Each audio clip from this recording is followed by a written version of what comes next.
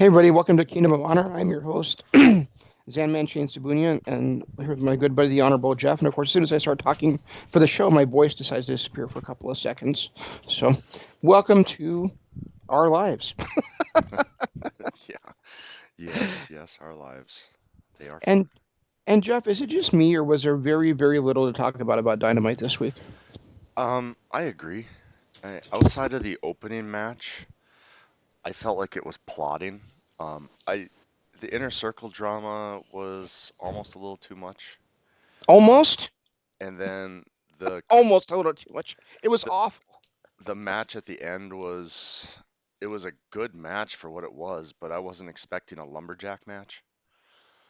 And that inner circle stuff, the only good part about that came out that we're eventually going to get the Sammy Guevara face turn. But I don't know that I've ever seen Sammy as a face, so I don't know how well that's going to work.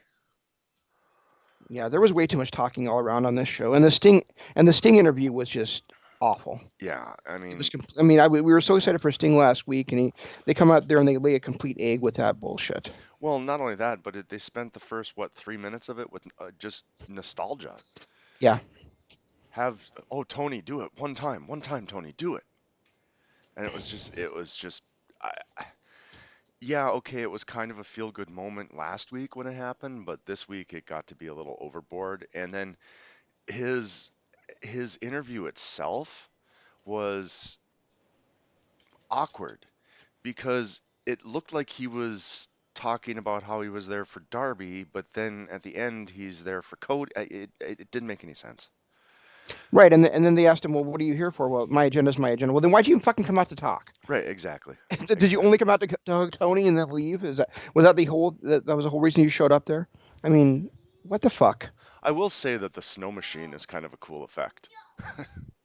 Yeah, The it snow is. machine that they use for him, but it doesn't make sense. I don't understand why they're using a snow machine for him. I've never, in what, 30 years, um, thought of Sting and associated snow. No, the only time I can really think about that was when he had that match against Vader in the strap match, and he had to fly out of the snowy mountains for it. You Yeah, know. but other than that, I mean, I've never in 30 years thought of Sting, snow. No, But me neither. it is still kind of a cool effect regardless. Yeah, and Um, somehow he's the winter that came to Dynamite, which is weird for so the yeah, AEW. so okay, the winter is coming. It's just it was silly. And then like the cat is destroying. Like I don't know why I even put up a Christmas tree. I'm gonna be honest with you. I don't either. You had the same problem last year. Yeah, and this year it seems like it's worse. Like she's not even afraid of us when we take out the water bottle to squirt her. She just looks at like, all right, well, hit me up. Isn't there like a spray you can spray the tree with so that she leaves it alone? Yeah, I did. Oh, well, She that didn't work. Okay, Arlo. Yeah, no, none of that stuff ever does. Like we had when my oldest was a baby, like 2, 3 years old, he was never a pacifier kid, but man, did he love sucking on his fingers. And we bought this. It was you were supposed to put it on his fingernails, and it was supposed to taste so bad that it would break them of sucking their fingers. Hmm. The little shit just went and washed it off. He he knew how to turn on the faucet, so he just went in, turned on the faucet, rinsed his hands off, and went right back to it. Wow. So anyway, the and I was really looking forward to an ultimatum. Both you and Cody are never going to be able to challenge again. And it was a kind of the same thing where with Jericho last week screaming, if we don't start get on the same page and start working together, we're disbanding the inner circle. Come on. It's the only really good faction in AEW. Do you really think you're going to disband it? Right. Yeah. Um, And I really well, I'm glad to see Pac back, and the drama that's going on with that stable is good. I really liked that family that was together. I really kind of wish that they had kept um, Eddie Kingston's family together. and that was also another weird little match. Like, where was Pac? Why was Pac not here? I know why. Yeah, right. Why was? Why was Murder Rock Monster filling in for Pac? It doesn't make any sense at all. And I mean that whole tag team was just awkward. It's like, okay, is Lance Archer a good guy now? Well, he doesn't Um, like anybody, so how could he be a good guy? yeah, I mean, what's happening here? It just it was out of character. Everything about it is just like that segment was awful. The Abaddon thing, I don't know. I cannot get into Abaddon's character. Maybe because we saw it done better by Su Yung And and Asuka.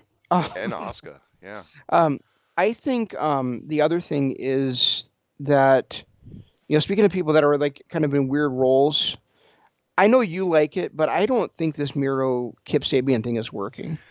No, I think Miro is a lot better when he's being like the fun babyface guy. hmm I know he's big and strong and stuff, but he can also wrestle really well. He does not come across well, especially I think with that beach blonde hair and wearing the stuff that he's wearing. He does not come across well as a heel to me at all. You Well, know, okay, if Arlo. he should be like a dominant baby face, and I still feel like the show feels like there's way too many bad guys. Well, and they're back. It's WWE American booking. Why can't we have a fun-loving big guy? Yeah, I mean, they did it occasionally with the Big Show, but then that would last 3 weeks before they turned him heel again. But I can't remember the last time there was a true fun-loving big guy like like Impact has with Falaba. right. Yeah, and actually, you said WWE style booking, so I felt like that the entire show because it felt like there was Don't. like it felt like on the 2 hour show there was an hour and 20 minutes of talking. Yeah. Then There was pick him way up too and put many him back in interviews. there. Way too many interviews. Yeah, it was a little rough. And then like I said, that final match was good for what it was. It wasn't a great match, but it was good for what it was. But the fact that it turned into a lumberjack match and there was too much drama and crap happening. Does it feel to you like they're not as confident in MJF in the ring as they should be? Yeah, Because it seems like every time he has a match, there's no psychology in the match. It's just this goofy shenanigans going on right. all the time. Maybe maybe we don't think he's as good as we maybe he's not as good as we think he is in the ring. But I seem to remember him and Matt Cross having a pretty damn good match to open up All In, and that was 2.5 years ago. Well, So yeah, and I mean he had a pretty decent match against Moxley. His matches against Cody were good. yeah, Um, and it's not like I mean you could say, oh well, he has chemistry with this one person, like people said about John Cena for years. Oh, it's not John Cena who's good. It's his, um, you know, his opponent that's carrying him. It's like, well, okay, that could have been fine, except for the fact that he had all these 5-star matches against different opponents. And you yeah, can't have that kind of chemistry with that many different opponents unless you're really damn good yourself. yeah, that's And I true. mean, the matches that MJF has, it's against different opponents all the time, but it's always a good match. Yeah, but it feels like lately that they just have kind of like abandoned that in favor of having shenanigans in all of his matches. But that's an inner circle trope too. It's a lot of it is with the inner circle has always been the shenanigans. But you're right. I mean, he had it with Wardlow there forever too, where Wardlow always interfered, gave him the ring and all that stuff. Um, I did think it was great that he tried to that he threw the bat to um, Cassidy, and Cassidy just put his hands in his pockets and fell down. yeah, yeah. I mean, it was nice because he was going with the Eddie Guerrero thing that Eddie made famous with the chair shots and all that stuff, Right. and Orange Cassidy just turned it on him. And seeing that kind of double switch type thing with that spot was great. Oh, and speaking of that match and Miro, really, all it takes to all it takes to floor Cassidy after like a 12-minute match is a clothesline from Miro, and then he's out hmm enough for MGF to slowly roll over and drape his arm across him for the pin. Well, I mean, Miro is that monster badass.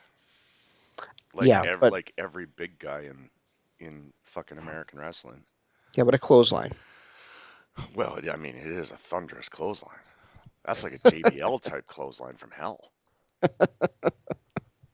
Sure it is. Um, did you get a chance to watch any of the Best of Super Junior World Tag League finals from Friday night? I did, and El Phantasmo is still just great. Fantasma wasn't on there.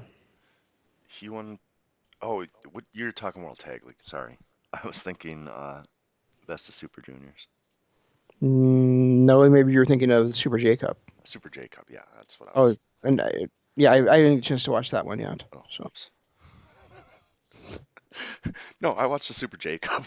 did you watch it live last night? No, I watched when I got up this morning, that was the first thing I did was watch the final match. You're such a dumbass. Well, I mean, It's only a couple hours show. Why can't you watch the entire thing? 'cause I didn't get up till 9 o'clock. I got up at 9 o'clock, watched the match. Yeah, but And you also forgot we were doing the show, so you could have watched the whole. You still could have been sitting there watching the whole thing when I texted you and said, "Are we not doing a show?" yeah, I know. My bad. Uh, Well, I didn't. The only part I didn't. The only. Well, I shouldn't say the only part I didn't watch, but because I skipped through the opening 6-man tags. But um, the only. But I didn't get. I did watch the World Tag League finals. I did not get a chance yet to watch the Best of Super Junior final. But I was pleasantly surprised to see that the Best of Super Junior final was actually Hiromu Takahashi, which is not surprising, versus El Desperado, which was surprising to me. So yeah. um, I'm going to watch the match, but I'm almost positive that the guy I want to win is not going to win it, or did not win it. Well, I guess you'll just have to find out. I guess I will, but but I mean, I know that I'm probably like in the minority of people who would rather see Despy win than Hiromu win. You know. Right. Um, yeah. The and you ended up watching Impact, right? Sure. Yeah, I didn't either. I watched the clips. No, I Um, mean, I kind of like fast forwarded through Impact, and that's the other thing is that, I fast forwarded through Impact, and I watched maybe did I even watch a match? I can't remember. But the thing that Kenny and Dawn did at the end of Impact was exactly the same thing as what they did on Dynamite, except for in Dynamite they had a few more lines to it. I mean, it was just right. tuning in to see that on Impact was a big waste of time for me. There were a couple things that I liked about it, but I was disappointed that like I wanted Dynamite to start the show with highlights from Impact. Like Impact started the show with highlights of Kenny winning. Hmm. So, I thought that was a cool thing that Impact did, and I really wish that AEW had shown them the same gratitude, I guess, favor, whatever. Um, which Impact has nobody anymore, though. well, I know, but still, at the same time, it would have been nice if they want to make this a legitimate deal, doing that crossover thing, and just, I mean, would it have killed them to show a few snippets of his appearance on Impact? Well, but the problem with them doing that is they would have had to Right. do a different promo then than what they did on Impact. That's a good point. Yeah, that's a good point. Um, Um, I, a I couple, I I mean when your promotion last night is running the world title match as Chris Bay challenging what the fuck's that guy's Rich name? Swan, Rich Swann for the world championship. The right? world championship. You know that promotion's in serious trouble. Yeah, and I mean, I thought it was there. I thought it was kind of a weird call to have an announcer look like a VIP when the world champ was just a schlep that couldn't leave the building. I don't know if you saw that, but Rich Swan was trying to leave the building because he was done, and they said he wasn't allowed in the parking lot because it's for VIP only.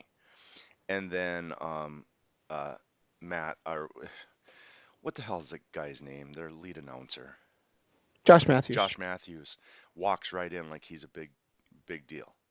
Right, and actually that was actually kind of funny because he's like trying to leave, and the security guy's like, no, the champ has the parking lot blocked off, and Right. you're not on the list. And he's like, wait, really, Moose is doing this again. I'm the real champion. He's like, no, not Moose, the AEW World Champion Kenny Omega.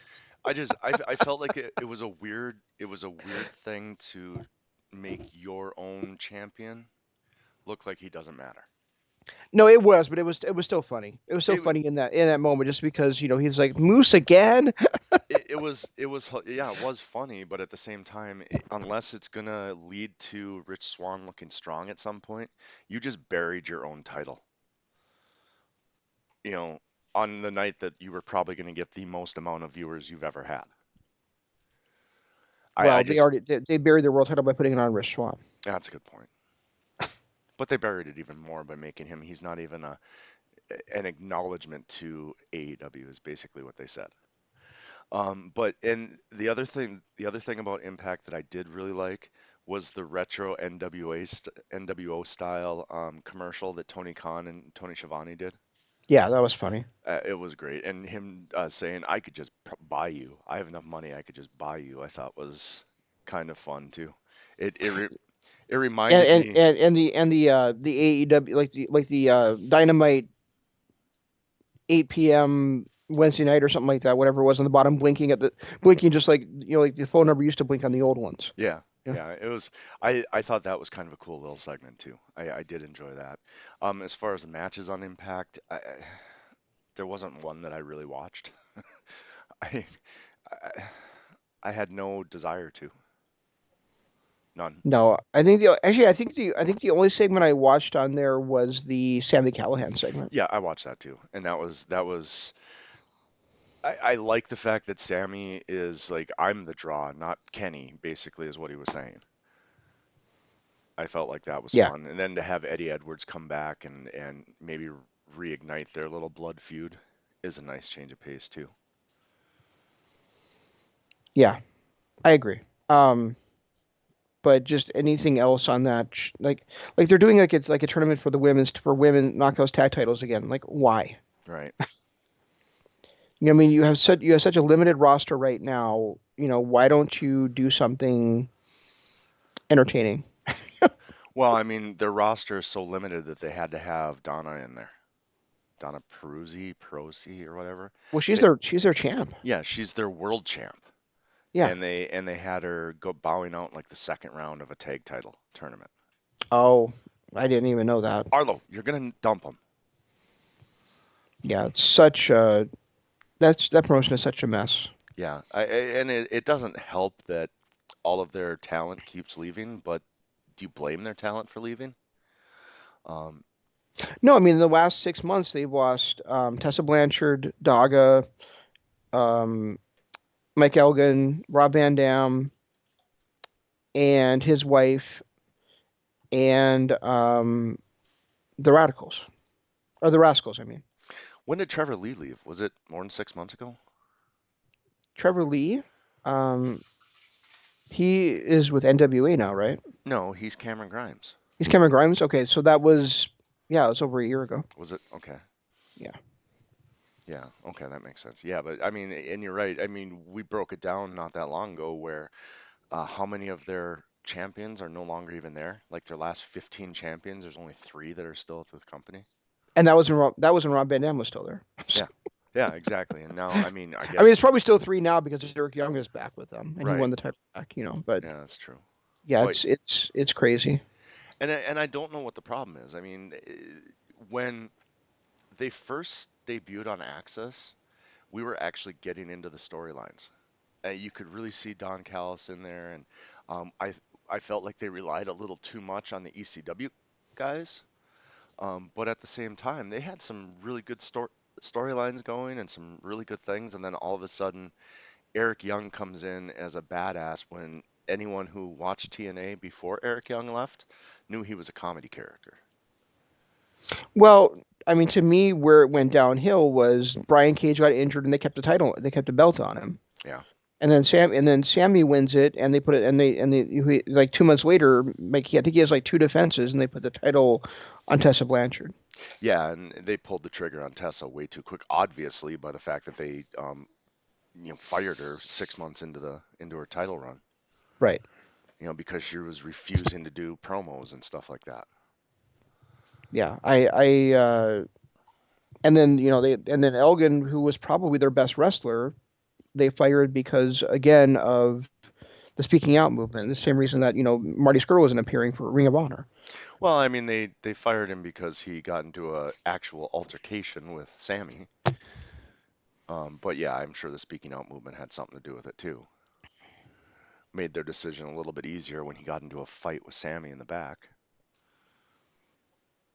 I think no, this fight with Sammy in the back happened, and then I don't know. Maybe I'm wrong. Maybe I'm misremembering, but I really thought it was because of the speaking out movement that he got fired. No, it was like he and Sammy were arguing about the finish of a match in the back, and they got into a fight, and 2 days later he was gone. And I mean, that was after the speaking out movement, but it was the reason that he got fired was because of his fight with Sammy, which is the same reason he's no longer in NJPW, the same reason he was ousted from Ring of Honor. It kind of goes back to the Maya Angelou quote, doesn't it? When someone tells you who they are, believe them. Right, exactly. you know, um, Speaking of Marty, though, I mean, is it just me or is this Marty Skrull thing ridiculous? Where he had sex with a 16-year-old girl, yes, but the 16 year, but it was not against the law in England where he had sex with her. So why is he still being blackballed by them? And it was consensual. I mean, there was a lot of things, but I mean, we felt that about a lot of the people that got fired and blackballed, like David Starr. I mean, the stuff that David Starr did, it was when I was reading the comment or the lady's description, it didn't sound as awful as everyone made it. Yeah. And there were a couple other people like that too, where I mean, granted, I get it. It's some of the stuff that happened was really awful, but some of the other stuff was just like, really? Come on. He broke up with you, or you broke up with him. He did what any man that's ever been in love with a woman does and tried to get you back. And there was a lot of that. There was a lot of that stuff that happened, and I get it. I don't want to say don't. If it hurts you, then I get it. But I felt like people got so PC about it that it Well, ruined a lot of stuff. yeah, but I do really think though of like most of the stuff that we've seen that, um, like David Starr. I mean, he might have admitted that I'm not the best at relationships. I probably am way too verbally abusive and that kind of thing. So at least but I mean, Marty literally all he did was have sex in a bar with a 16-year-old girl in a country where it's legal to have sex with a 16-year-old girl. Exactly. you know Yeah. and and and and he said I didn't realize that she was that age, but at the same time it wasn't illegal where I did it. I'm sorry that it happened, but again, he's still just being kept off. He's basically off the roster. He's not going to be at Final Battle, all that kind of stuff. So speaking of Final Battle, Yep. um Lots of COVID going on there, huh? well, the original card, and I guess I don't have it up anymore. I thought I did. Yeah, the original card had, where is it now? I'm sorry. So the world title match is Roosh defending against Brody King. Awesome, right? Hmm. Then you had a grudge match between EC3 and Jay Briscoe, which is probably the top draw on that card. Now that match is gone Right. because of EC3 testing positive for COVID. Um, you've got um, Dragon Lee defending the TV championship against four guys that are wrestling on the pre-show for a shot at the title, which is Tony Deppen versus Dak Draper versus LSG versus Josh Woods. Now, I think that's really stupid. I mean, you've got one of the best wrestlers on the planet in Dragon Lee, right? Right. And whoever is facing him has to already wrestle a match on that same night for the shot. Meanwhile you got Josh Woods who was in the semifinals of the Pure Title tournament and just got a big victory over Jay Lethal on ROH television. Why isn't he just right in there as the number one Yeah, why contender doesn't he just anyway? get the shot? Yeah. Um, and is he Dragon Lee or Rio Lee? He's Dragon Lee in ROH. Okay. How is he able to pull that off? Because I thought AAA or not AAA, CMLL took his name. I have no idea. Is it only because in NJPW because they have that working relationship, or is it? I thought Ring of Honor had a working relationship with them too. I did too. I mean, but it seems like NJPW is more willing to go by what CMLL wants them to do um, than Ring of Honor is. Hmm. And then the other match that's been affected by this is that um, the STP Shane Taylor Promotions, so Shane Taylor and the Soldiers of Savagery were supposed to challenge Flamito, Bandito, and Ray Orus for the six-man titles. But Bandito's out too, right? Bandito and Flamita are both out. Yep. So and because Jay Briscoe was facing EC3, Mark Briscoe went out and recruited a new partner to challenge for the tag titles. And John Gresham is pulling a a Jay Lethal from the few years ago, where he's defending both his Pure Championship and he's defending the tag titles that same night. Oh wow. So it was supposed to be Jonathan Gresham and Jay Lethal defending against Mark Briscoe and Jeff's boy PCO. Um, and so now I'm wondering, are they going to like put Put it on Jay the floor. Briscoe back in that match, or Good. are they maybe No, going no, to no. do Over like, there. are they maybe Sorry. going to do like Shane Taylor versus Sure. Jay Briscoe that night? Or is like Jay Briscoe, or is maybe Shane Taylor was going to go out there in that four-way match on the pre-show and just destroy all of them and say, "I want my rematch for the TV title." Yeah. Because I because they're not announcing the changes to the card until the 1 hour free the 1 hour free because they're doing it's a 4 hour show, but the first hour is free on like YouTube and Honor Club and Fight TV and ROH.com. So that during that first hour, that's when they're going to announce the changes to the actual card, even though they're taping the card on the 10th. yeah. The 10th. You mean 2 days ago? I guess they taped it on. Yeah, my bad. They taped it on Thursday, I guess. Okay. So. You threw me off. I'm like, wait a minute. I know today's past the 12th. Um, the what was I saying? I was thinking. Oh, yeah, and it's funny how, Ring of Honor went away for 3 months. Well, Yeah, actually, geez, they were gone longer than that, weren't they? Almost six yeah months. they were gone longer than any other national promotion or international promotion. Yeah, so I mean, it's interesting to see how certain companies were able to pull it off and still kind of thrive through this. Really Hmm. makes me wonder who the hell's booking Ring of Honor, because we know Marty's out and Bully Ray is gone, but I'll whoever's tell you this, Jeff. Ring of Honor has been absolutely phenomenal since they've been back. yeah, I mean, and I don't know if you've been watching the TV shows or not, but I love this format. This is they should I don't care, whenever COVID is finally done and they're able to start getting people in the arenas, they should still use this format. I've enjoyed. They should still do this where they're having like two matches a show and they're having these intimate there's have these intimate promos beforehand because it's working very, very well. Sorry, go ahead. I totally lost my train of thought. I've got a cat attacking a tree, a child attacking a cat, uh, and beads just went flying everywhere.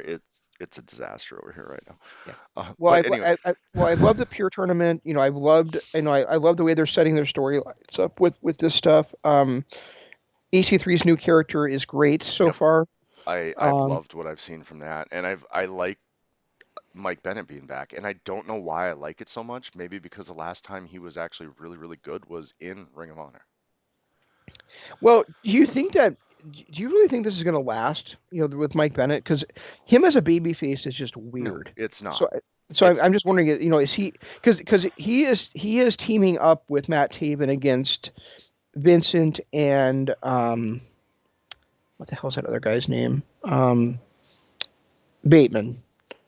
So, or as Matt Taven calls him, Master Bateman. Um, but I never really bought into this Matt Taven face turn either. I felt like, I know Vinny is a natural heel and so much better at, but I felt like it was too early to change Taven.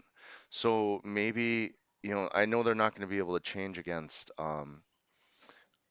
Vinny, but hopefully afterwards, both Bennett and Taven go back to being heel characters. Okay, so you don't see this as a spot where Bennett's going to turn on Taven then. No, no, no. These two have been best friends for, Jesus, what, a decade? I mean, I get it, wrestling storylines and all that, but I just don't see that happening right now. Okay, It's different because they haven't built up a partnership long enough. I mean, I, I get it, there's history, but that history is, what, 6 years old? hmm, So, and you know how American wrestling is, they don't expect us to remember anything. So I can't see Bennett turning heel on Taven yet. I think if that is going to happen at some point, it'll happen. Um, but they need to build a story first, gotcha. a story of together, because it's just A like, well, it's a story that Ring of Honor traditional fans may not know, is what you're saying. or even Ring of Honor traditional fans that we know the relationship between Taven and Bennett, but the casual fans have no clue. So even though there's no one in the audience, no live audiences and everything, I feel like a heel turn by Bennett on Taven right now would be wasted after he's only been there a month. Okay, I guess that makes sense. Um, They haven't really built up for the casual fans. They haven't built up the actual emotions that a heel turn would make you go, that son of a bitch. It'd be like, oh, okay, well, he's a bad guy now. a couple other matches on the show that I think are really interesting is Jonathan Gresham is defending his pure title match, like I mentioned. He's defending it against Flip Gordon. Is Flip still the mercenary? As far as I know, he is. I haven't seen like the last two episodes of ROH TV, but I've been trying to get caught up as quickly as I can. I mean, with Marty gone, is Villain Enterprises still a thing? It doesn't seem like it. Um, Brody King didn't mention this thing about it in when he was talking about his shot at the world title. He basically was just talking about about competing for the in the on the big stage. And I didn't see and again, I haven't seen exactly where PCO gets recruited, but they really have, other than mentioning that Brody King was um, a former tag team and six man champion, they really have not mentioned Villain Enterprises since they've been back. Hmm. And I suppose a lot of that's because Marty's not there. Probably. You don't want to shine a light on your biggest star not being with the company. So do you think that they might end up throwing, and there's a path to doing this. I'm just wondering, do you think that maybe since that six man title match is not going to happen, they might end up throwing the Soldiers of Savagery in that into that and making it a six man tag team title match? Uh, A triple threat match for the tag titles. I don't know, maybe. Um, Because remember when there was that six man match on ROH TV, Mark Briscoe was pinned by the Soldiers of Savagery. So there really is a kind of path there for them saying, well, we deserve the shot at the tag titles too. right. Yeah, I don't know. I guess we'll have to find out. Sorry about the barking. My dogs are playing in the background now. So the other tag match, the other match I thought was really interesting on there is there's a Pure Rules tag team match where a couple guys that you and I are really enjoying, Fred Yehai and Wheeler Utah, are going to be challenged, or they're going to be facing off against the other two members of the Foundation, Tracy Williams and Rhett Titus, in a Pure Rules tag match. Wait, the foundation? Yeah, I know we talked about, but Rhett Titus, I didn't know he was part of that. I didn't either until this last week.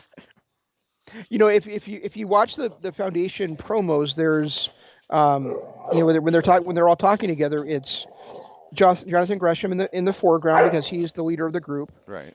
um, along with Jay Lethal and Tracy Williams, and then there's a guy standing with them Arlo, in an octopus match, and the guy in the octopus match is Rhett Titus.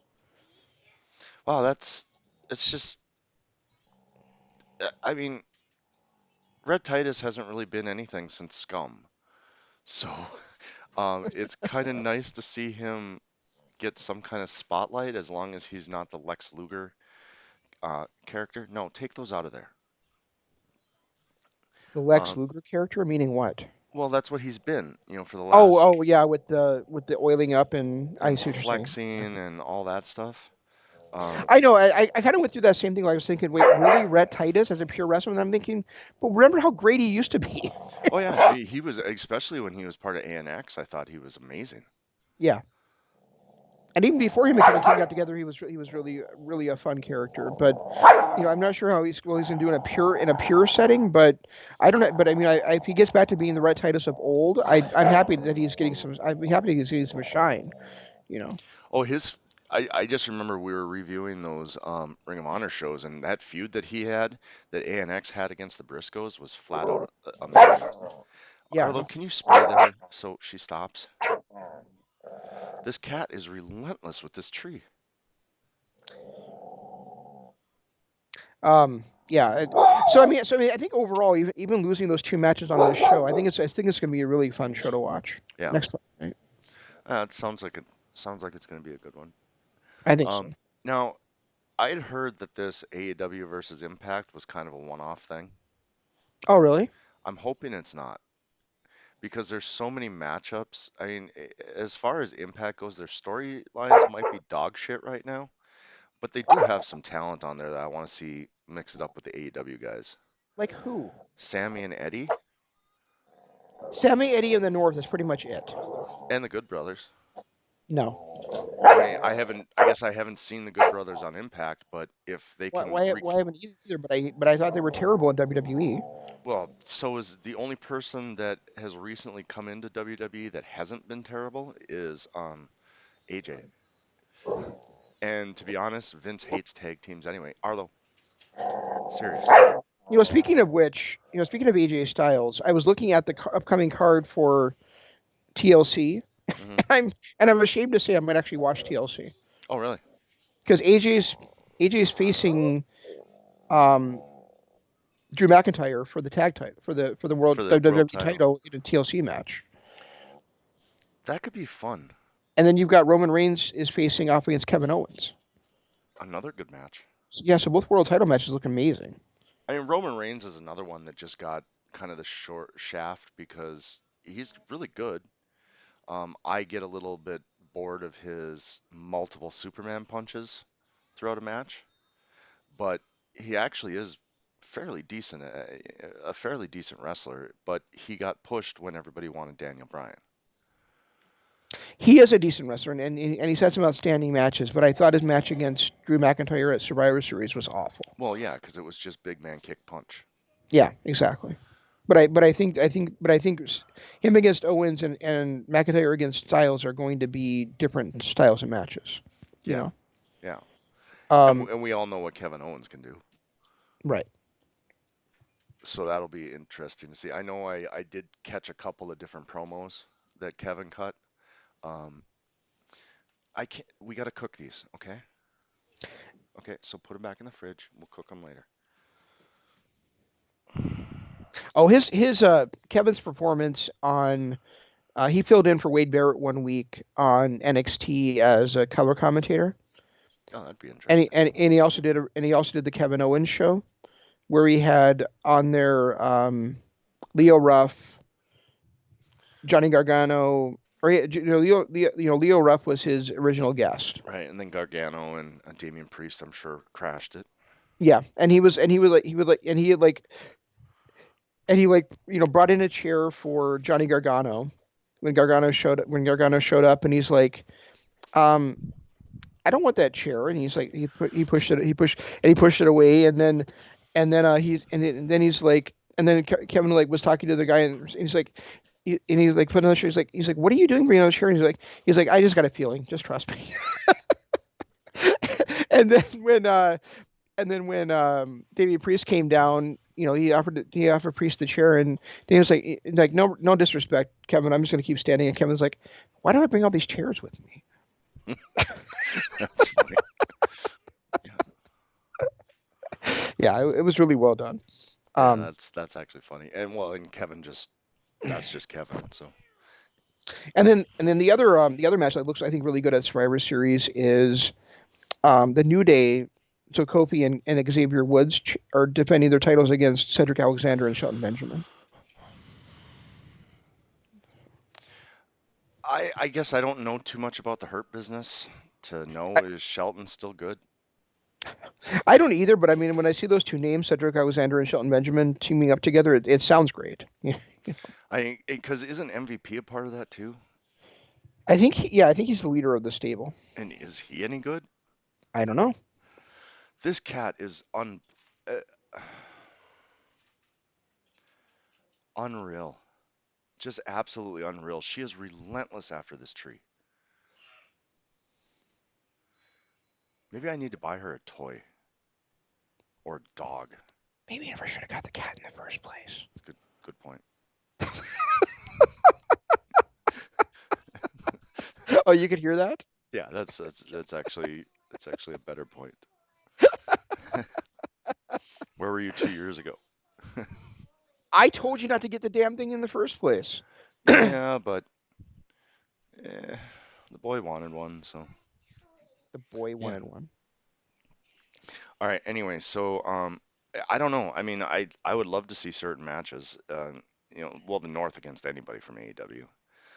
And Sammy and I would love to see what Sammy and Jericho could do together, Hang on, my puppy's got to go outside. You filibuster or for a couple minutes here. or Sammy and Moxley, or Sammy and Jesus, anybody on that roster. I would love to see how they work together.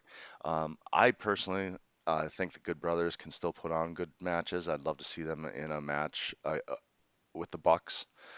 Former former partners in the Bullet Club. I would love to see how well they work together. I think there's a natural story there. And then of course, getting Kenny and Good Brothers together would be fun, especially now that Kenny's back to his cleaner persona and everything. Arlo, can you please, cat? I think there's a natural storyline there. I think it would be fun to listen to. Fun to see happen on the screen, and I think they could put on phenomenal matches together.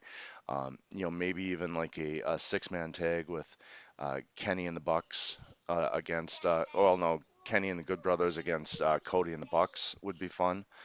There's a lot of stuff that I think would be really fun to watch and really fun to see. Um, and then, like I said, Eddie Edwards too is another one. I know he's got this blood feud with Sammy that's probably never going to go away. I mean, how can you? Because he tried to end your career by breaking your eye.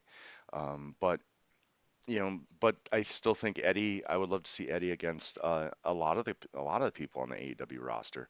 I think this could be good for both companies. Um, I just don't know. With them saying it was a one-off, I don't know if we're ever going to see anything.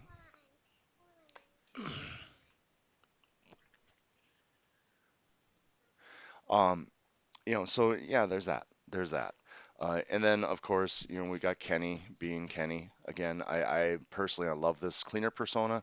Not sure how I feel about it being him with Don Callis. I know they're real life best friend or they're real life friends and they've known each other forever and they were trained by the same people, and I know there's this relationship there. I just don't know that Kenny really needs Don Callis um, as much as they're making it out to be right now.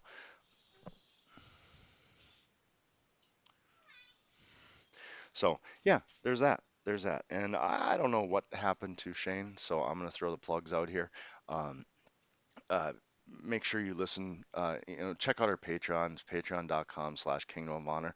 Falling a little behind on updating. I should hopefully have a couple of things up there today. Maybe, I guess we'll see. But there will be something soon.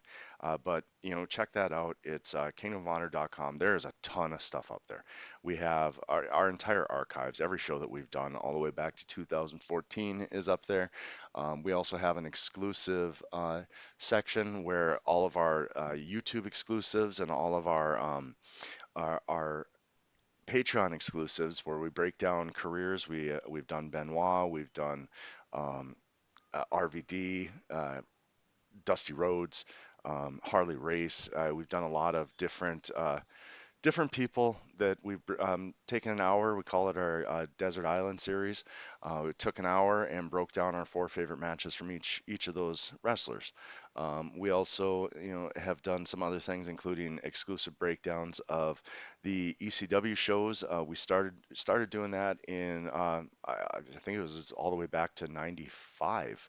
Was when we started reviewing those and went through a bunch of those. We've gone through a bunch of the Ring of Honor from 2011 on, with the whole Kevin Steen and the start of Scum and things like that. So there's a lot of great content up there, including some Marvel shows that we've done, some pop culture shows that we've done, where just randomly we'll break down a TV show or a series or something like that, and throw that up there as well. So there's a lot of great content up there. A small donation gets you access to all of it and makes us very happy. We do have quite a few subscribers now, and we appreciate every single one of them. Also, our YouTube, if you're listening on it, please hit the like button, subscribe button, ring the notification bell, and we definitely appreciate that. And of course, our Twitter. I'm at Regi Co-op. I post a lot. He's at ZanmanLOP. He does not post a lot. And you can use the hashtag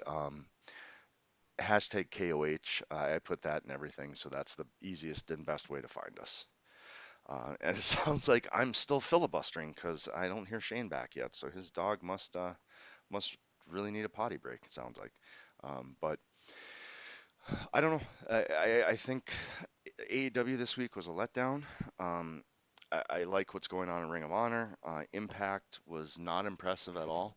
It did get its viewership, which is great, but the fact that they were kind of a letdown across the board with some of their storylines is rough. Dynamite, like we both said, was way too much talking. Reminded me a lot of Attitude Era TV, especially WWE TV, where it really relied on the storyline developed through words and not so much on the matches. Granted, we did get longer than 3-minute matches like they had in WWE during that time, but when you're looking at a 2-hour broadcast, you want to see more than a half an hour worth of matches. Uh, and I felt like we didn't get much more than that. So that was kind of a letdown. But otherwise, I don't know what else to talk about. Um, Call of Duty Black Ops Cold War is great. Love the campaign, love the multiplayer, love the zombies. Um, I think that's phenomenal as far as the wrestling world goes. I think we pretty much covered everything. Oh, sounds like Shane can't hear me. Is your microphone get unplugged?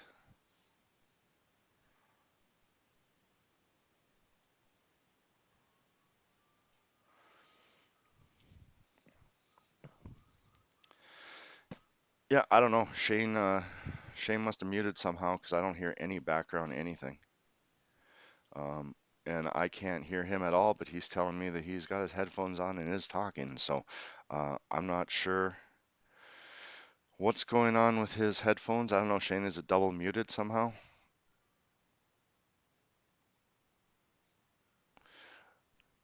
Or does it need to be unplugged and replugged in?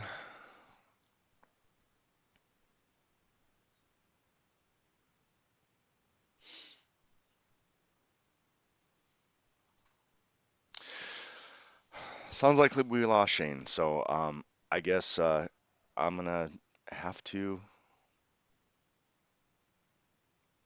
give it a go. Um, if a steel line from my partner, who unfortunately can't say it himself, wishing you long days and pleasant nights, and I'm just gonna say goodbye. Wait, can you hear me now? Oh, I can hear you now. That's weird. What was that all about? I don't know. Like it was like on the bottom, like where the mute button was, it wasn't showing it muted. But then on the top, like where it has my picture, it said I was muted. So That's weird. I know. I don't know why it did that.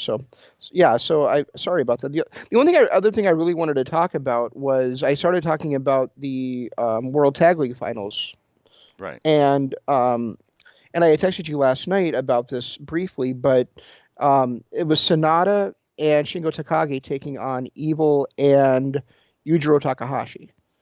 And a few minutes into the match, Evil and Yujiro started their usual bullshit, and they kind of like attacked Sonata, threw him out of the ring, and then they were double teaming Shingo, and all of a sudden Sonata comes firing back, throws them out of the ring, does a tope to Evil on the outside, throws him into three barricades as hard as he fucking can, and then he's just on top of him mounting with punch after punch after punch after punch, and it was just like all this emotion. He was like screaming at him and punching him, and then that allows Shingo to hit Last of the Dragon on Yujiro and pin him, and then and then Sonata picks up Evil, throws him in the ring, and again he gets on top of him, and he's mounting him with punch after punch after punch after punch.